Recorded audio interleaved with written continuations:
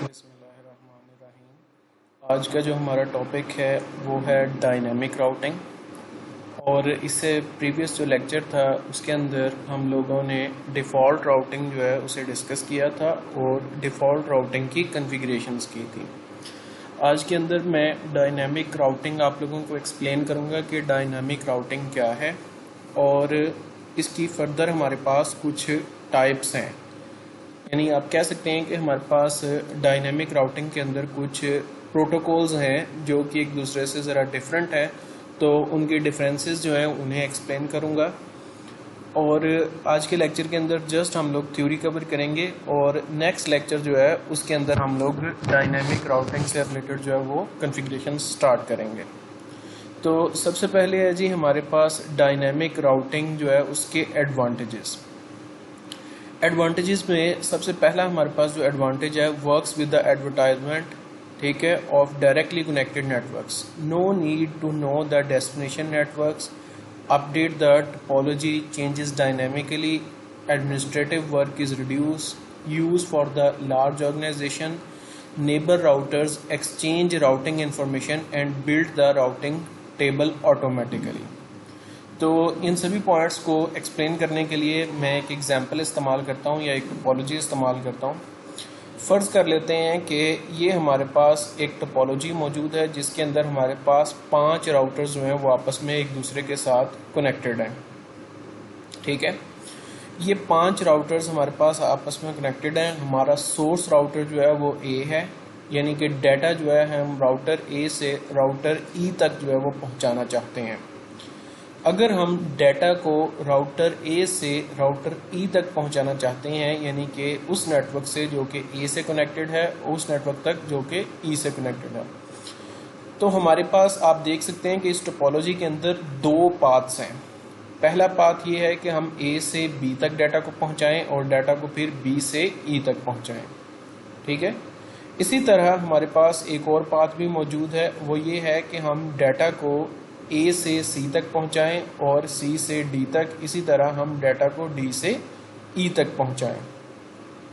अगर हमने static routing implement करना हो तो हम इन दोनों पाथ्स में से किसी एक को सिलेक्ट करेंगे और सिलेक्ट करने के बाद उसका स्टैटिक राउट जो है वो प्रोवाइड कर देंगे, यानी कि राउटर ए के ऊपर स्टैटिक राउट कॉन्फ़िगर कर देंगे और जो भी पाथ हम सिलेक्ट करेंगे सारे का सारा डाटा उसी पाथ से होता हुआ ए से ई तक पहुंचेगा।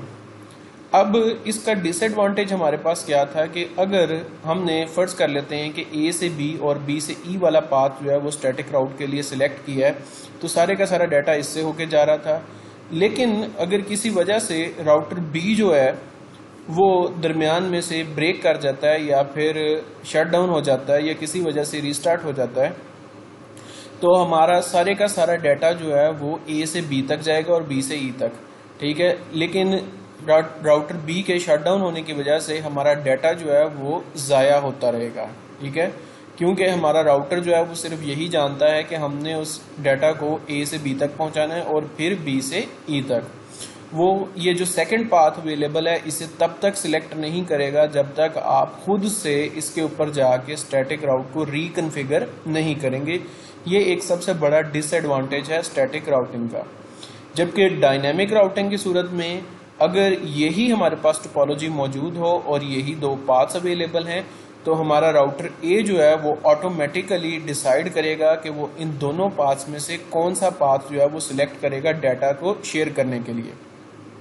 फर्ज कर लेते हैं कि इस दफ़ा उसने ए से बी और बी से ई तक जो है वो डाटा को पहुंचाने के लिए ये नीचे वाला पाथ जो है ये सिलेक्ट किया है और पाथ के सिलेक्ट करने के कुछ अरसे के बाद राउटर सी जो है वो किसी तरह से फेल हो जाता है, यानी कि शट डाउन कर जाता है।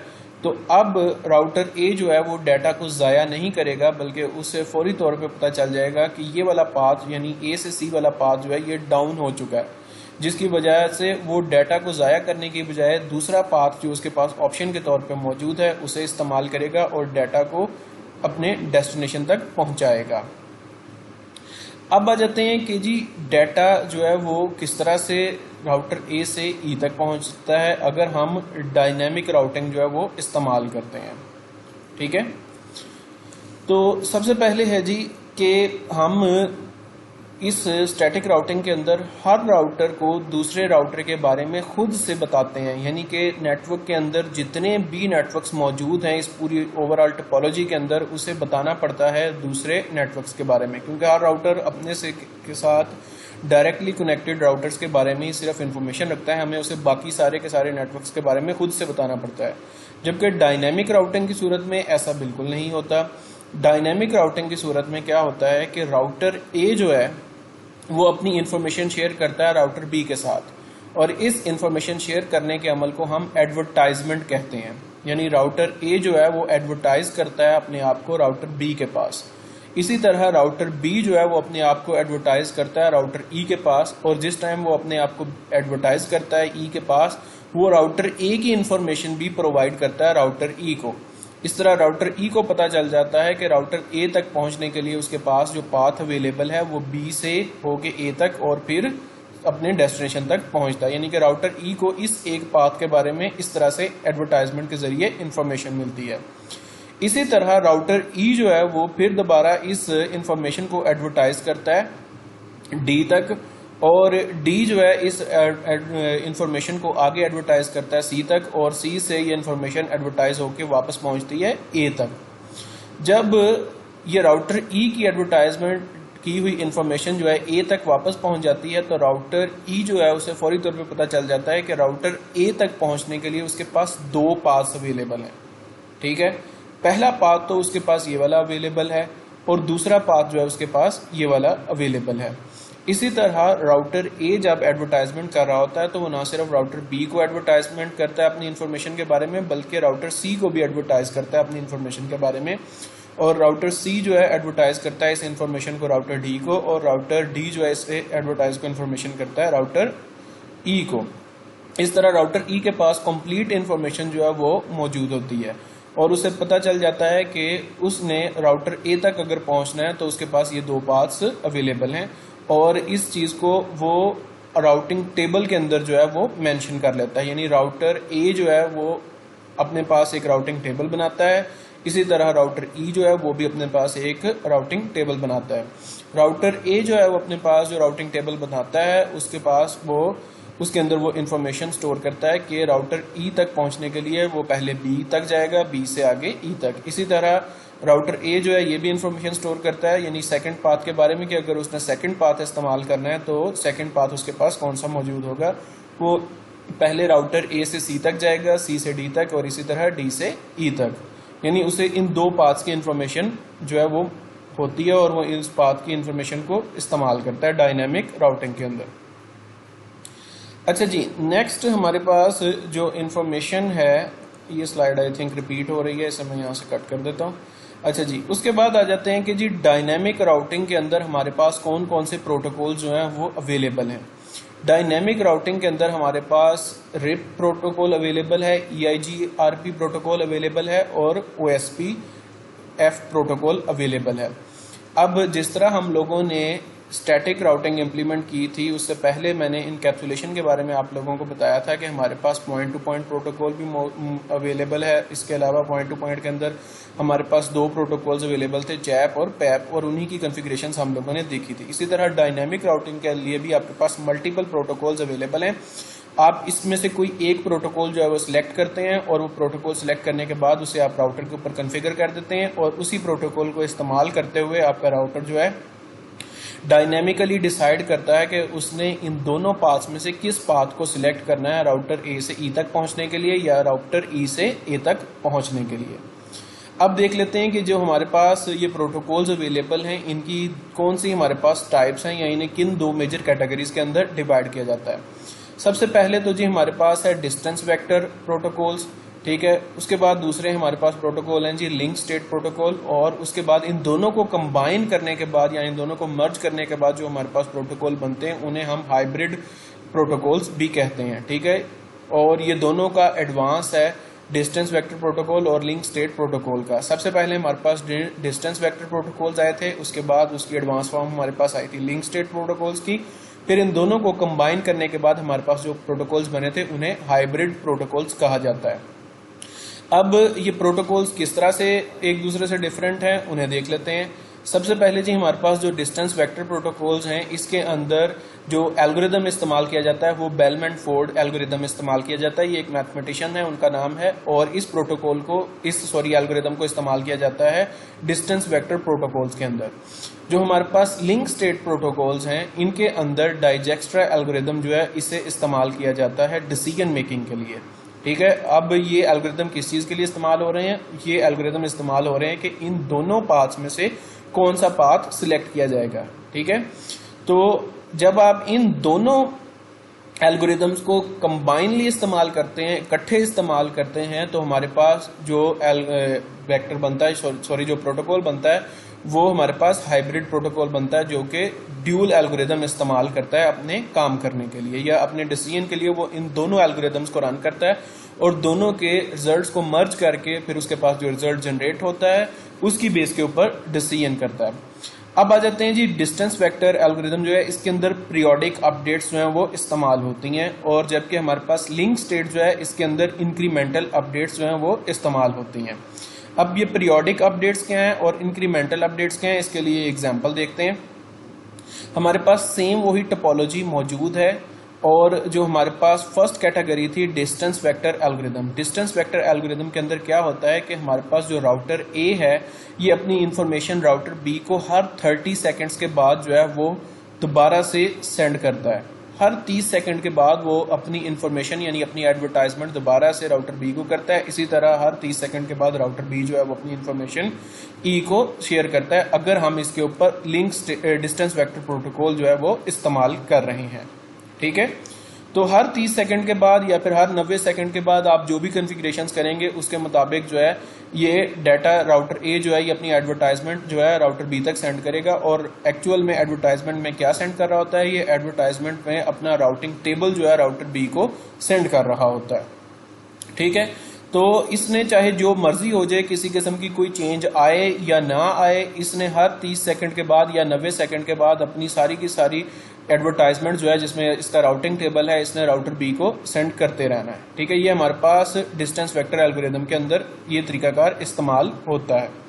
जबकि हमारे पास जो दूसरा एल्गोरिदम है जिसे हम लिंक स्टेट एल्गोरिदम का कहते हैं या फिर लिंक स्टेट प्रोटोकॉल कहते हैं, इसके अंदर इंक्रीमेंटल अपडेट्स प्रोवाइड की जाती हैं। इंक्रीमेंटल अपडेट्स क्या हैं? फॉर एग्जांपल, अगर हम राउटर ए के ऊपर लिंक स्टेट प्रोटोकॉल जो है उससे ताल्लुक रखने वाली कैटेगरी से कोई प्रोटोकॉल इंप्लीमेंट करते हैं, तो इस सूरत में ये हर 30 सेकंड के बाद जो है वो दोबारा से राउटिंग टेबल सेंड नहीं करेगा, बल्कि ये पहली दफा जो है सारी की सारी इंफॉर्मेशन जो है वो राउटर बी को सेंड करेगा। उसके बाद ये कभी भी दोबारा एडवर्टाइजमेंट नहीं करेगा। तब तक एडवर्टाइजमेंट नहीं करेगा जब तक इसके अंदर कोई चेंज नहीं होगा इसके राउटिंग टेबल के अंदर।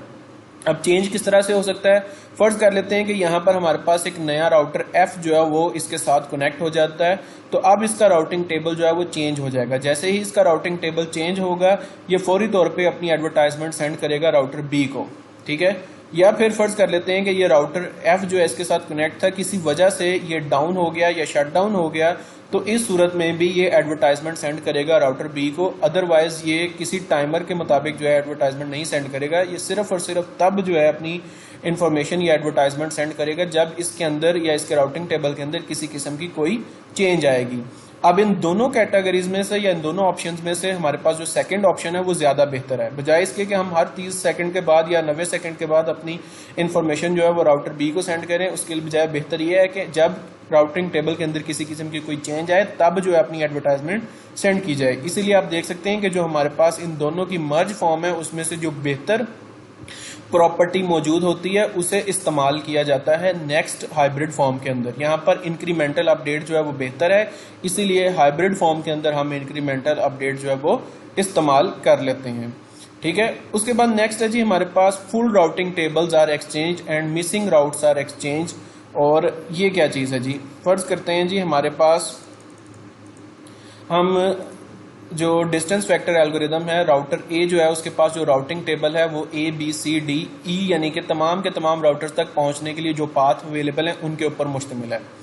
तो डिस्टेंस वेक्टर के अंदर वो क्या करता है कि वो हर 30 सेकंड के बाद जो है सारे का सारा जो अपना राउटिंग टेबल है वो इसे सेंड करता जाता है। ठीक है, राउटर बी को, राउटर सी को, इसी तरह ये आगे इंफॉर्मेशन जो है वो पास ऑन होती जाएगी डिस्टेंस वेक्टर की सूरत में, यानी उसके पास जितनी भी इंफॉर्मेशन होगी सारी की सारी इंफॉर्मेशन हर 30 सेकंड या 90 सेकंड के बाद राउटर बी को भेजता जाएगा।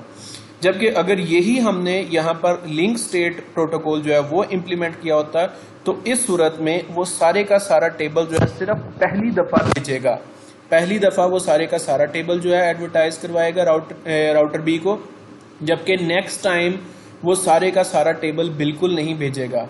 फर्ज कर लेते हैं कि यहाँ से राउटर सी जो है वो शट डाउन हो जाता है, तो वो नेक्स्ट टाइम जो टेबल भेजेगा उसके अंदर जो है सिर्फ और सिर्फ राउटर सी की इंफॉर्मेशन भेजेगा, यानी कि राउटर सी के बारे में उसे बताएगा कि राउटर सी जो है वो डाउन हो चुका है। यहाँ पर वो पूरे का पूरा टेबल नहीं भेजेगा।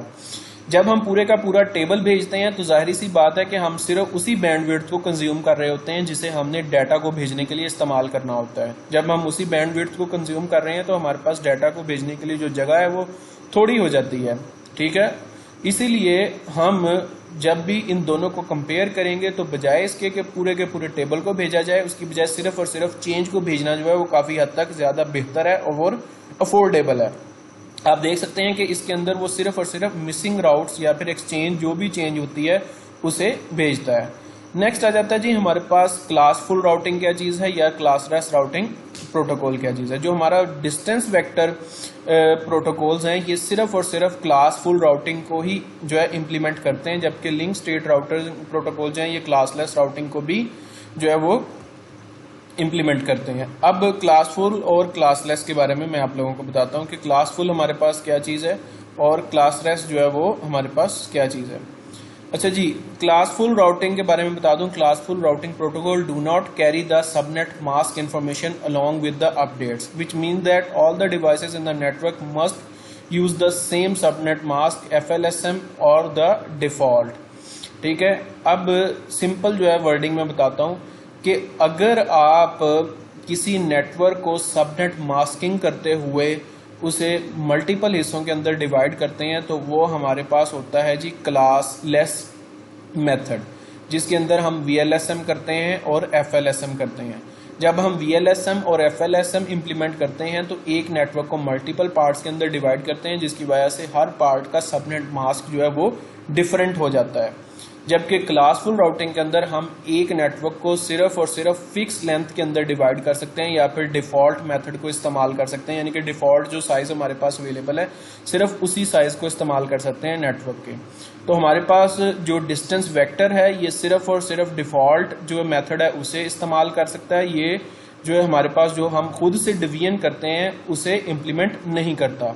जबकि जो लिंक स्टेट प्रोटोकॉल है ये हमारी की गई डिवीजन को एक्सेप्ट करता है और उस डिवीजन को इस्तेमाल करता है। अब इस्तेमाल किस तरह से करता है? जब हम डिस्टेंस वेक्टर प्रोटोकॉल इस्तेमाल करते हैं तो ये सबनेट मास्क की इंफॉर्मेशन जो है अपने साथ नहीं लेके जाता। Do not carry subnet mask information. जब ये सबनेट मास्क की इंफॉर्मेशन कैरी नहीं करता तो इसका मतलब है कि अगर हम डिस्टेंस वेक्टर प्रोटोकॉल इस्तेमाल कर रहे हैं तो उसके अंदर हमें लाजमी तौर पे डिफॉल्ट जो हमारे पास रेंज मौजूद है आईपी एड्रेसेस की वही इस्तेमाल करनी पड़ेगी, या फिर हम लोग मैक्सिमम FLSM इस्तेमाल कर सकते हैं। जबकि क्लासलेस प्रोटोकॉल जब अगर हम लिंक स्टेट प्रोटोकॉल इस्तेमाल कर रहे हैं तो उस सूरत में ये प्रोटोकॉल जो है सबनेट मास्क की इंफॉर्मेशन भी अपने साथ लेके जाता है, यानी दूसरे राउटर तक लेके जाता है, तो जिसकी मदद से हम लोग इसके ऊपर VLSM और FLSM और डिफॉल्ट नेटवर्क्स इन सारों को इम्प्लीमेंट कर सकते हैं। अब इनमें से बेहतर जो है वो हमारे पास क्लासलेस प्रोटोकॉल है। तो आप देख सकते हैं कि नेक्स्ट के अंदर आप लोग देखेंगे कि हाइब्रिड जो फॉर्म है उसके अंदर हम क्लासलेस राउटिंग प्रोटोकॉल इस्तेमाल कर रहे होंगे। फिर आ जाता है जी अपडेट आर थ्रू ब्रॉडकास्ट, ठीक है, और ये updates are through multicast. Updates are through broadcast क्या है या फिर अपडेट्स थ्रू द मल्टीकास्ट क्या है। अब अगर राउटर ए जो है इसने अपनी एडवर्टाइजमेंट करनी है तो इसने सारे के सारे राउटर्स जितने भी उस टोपोलॉजी के अंदर मौजूद हैं सबको एडवर्टाइजमेंट करनी है अपनी, ठीक है, यानी कि ये सबको अपनी इंफॉर्मेशन भेजेगा। इसे हम कहते हैं ब्रॉडकास्ट। जबकि मल्टीकास्ट क्या है, अगर यही हमने इसके ऊपर जो है लिंक स्टेट प्रोटोकॉल इंप्लीमेंट किया होता तो ये ब्रॉडकास्ट नहीं करेगा, बल्कि ये सिर्फ और सिर्फ सिलेक्टेड राउटर्स को जिन तक ये इंफॉर्मेशन पहुंचाना चाहता है सिर्फ उन्हीं को अपनी इंफॉर्मेशन जो है आगे पास ऑन करेगा। अगर हम ब्रॉडकास्ट करते हैं तो उससे ओवरऑल टोपोलॉजी के अंदर जितनी भी बैंडविड्थ है वो बहुत ज़्यादा कंज्यूम होती है, जिसकी वजह से नेटवर्क जो है वो स्लो हो जाता है। जबकि मल्टीकास्ट के अंदर हम बैंडविड्थ का बहुत मामूली सा हिस्सा इस्तेमाल कर रहे होते हैं, इसीलिए नेटवर्क की स्पीड के ऊपर किसी किस्म का कोई फ़र्क नहीं पड़ता। आप देख सकते हैं कि नेक्स्ट के अंदर जो है ये मल्टीकास्ट यानी हाइब्रिड फॉर्म के अंदर मल्टीकास्ट टेक्नोलॉजी को इस्तेमाल कर रहा है, या मल्टीकास्ट मेथड को इस्तेमाल कर रहा है। फिर यहाँ पर इसने कुछ एग्जांपल्स दिए हैं कि जी हमारे पास जो डिस्टेंस वेक्टर है उसमें रिप जो है प्रोटोकॉल आ जाता है, रिप वर्जन 1 है, रिप वर्जन 2 है।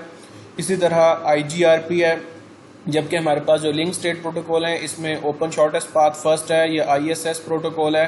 ठीक है, अब जो दोनों इन प्रोटोकॉल्स को कंबाइन करके जो नया प्रोटोकॉल बनाया गया है उसे EIGRP कहते हैं, और सिस्को ब्रांड ने इस IGRP प्रोटोकॉल को जो है वो इस OSPF प्रोटोकॉल के साथ कंबाइन करके जो नया प्रोटोकॉल बनाया है उसे हम EIGRP प्रोटोकॉल कहते हैं। और जितने भी हमारे नए राउटर्स हैं उनके ऊपर ज़्यादातर कोशिश की जाती है नेटवर्क एडमिनिस्ट्रेटर की जानिब से कि वो इसके ऊपर EIGRP प्रोटोकॉल इम्प्लीमेंट करे, क्योंकि आप देख सकते हैं कि ये EIGRP प्रोटोकॉल इन दोनों की निस्बत जो है हर लिहाज से बेहतर है। वो इन दोनों की प्रॉपर्टीज़ को कंबाइन करता है, इनमें से जो प्रॉपर्टी बेहतर होती है उसे जो है वो सिलेक्ट कर लेता है या फिर उसे चूज कर लेता है।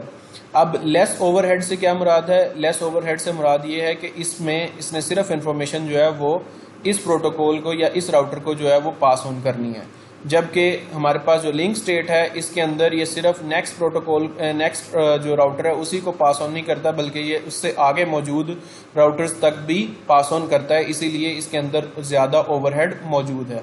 जबकि इन दोनों में से जो बेहतर ऑप्शन है वो लेस ओवरहेड वाला है, तो वो इसे सिलेक्ट कर लेता है। जो हमारे पास डिस्टेंस वेक्टर प्रोटोकॉल्स हैं इन्हें कन्फिगर करना काफ़ी ज़्यादा आसान है, जबकि हमारे पास जो लिंक स्टेट प्रोटोकॉल्स हैं इन्हें कन्फिगर करना जो है वो काफ़ी ज़्यादा डिफ़िकल्ट है। तो इन दोनों को जब कंबाइन करके नया प्रोटोकॉल EIGRP बनाया गया तो उसे कॉन्फ़िगर करना जो है वो काफ़ी ज़्यादा आसान बनाया गया, और उसके लिए जो कॉन्फ़िगरेशंस कमांड थी उन्हें काफ़ी ज़्यादा आसान जो है वो रखने की कोशिश की गई है। इसीलिए हमारे पास जो EIGRP प्रोटोकॉल है वो काफ़ी ज़्यादा आसान है कॉन्फ़िगर करना। आज के लेक्चर के अंदर ये इसी से रिलेटेड थ्योरी रिलेटेड था। नेक्स्ट इंशाल्लाह ताला जो लेक्चर होंगे डायनामिक राउटिंग से रिलेटेड, उसके अंदर मैं आप लोगों को ये सभी प्रोटोकॉल्स जो हैं वो कॉन्फ़िगर करना सिखाऊंगा। लेकिन इसमें से कुछ प्रोटोकॉल्स ऐसे हैं जो कि अब अवेलेबल नहीं हैं, जिस तरह IGRP प्रोटोकॉल जो है वो अवेलेबल नहीं है, तो हम IGRP को कॉन्फ़िगर कर नहीं सकते। इसी तरह ISS प्रोटोकॉल जो है उसकी कॉन्फ़िगरेशंस भी नहीं की जा सकती सिस्को राउटर्स के ऊपर। तो जो प्रोटोकॉल्स जिनकी कॉन्फ़िगरेशंस पॉसिबल हैं सिस्को राउटर्स के ऊपर, मैं उन सभी की कॉन्फ़िगरेशन जो हैं वो बारी बारी आप लोगों को करवाऊंगा। हम लोग पहले कोशिश करेंगे कि रिप वर्जन 1 रिप वर्जन 2 से स्टार्ट करें, और इसी तरह मैं इन चारों पांचों प्रोटोकॉल जो अवेलेबल हैं आपके पास ऑप्शंस के तौर पे डायनामिक राउटिंग को इम्प्लीमेंट करने के लिए, उन सभी प्रोटोकॉल्स की आप लोगों को कॉन्फ़िगरेशन जो हैं वो सिखाऊंगा। अच्छा जी, खुदा हाफिज़।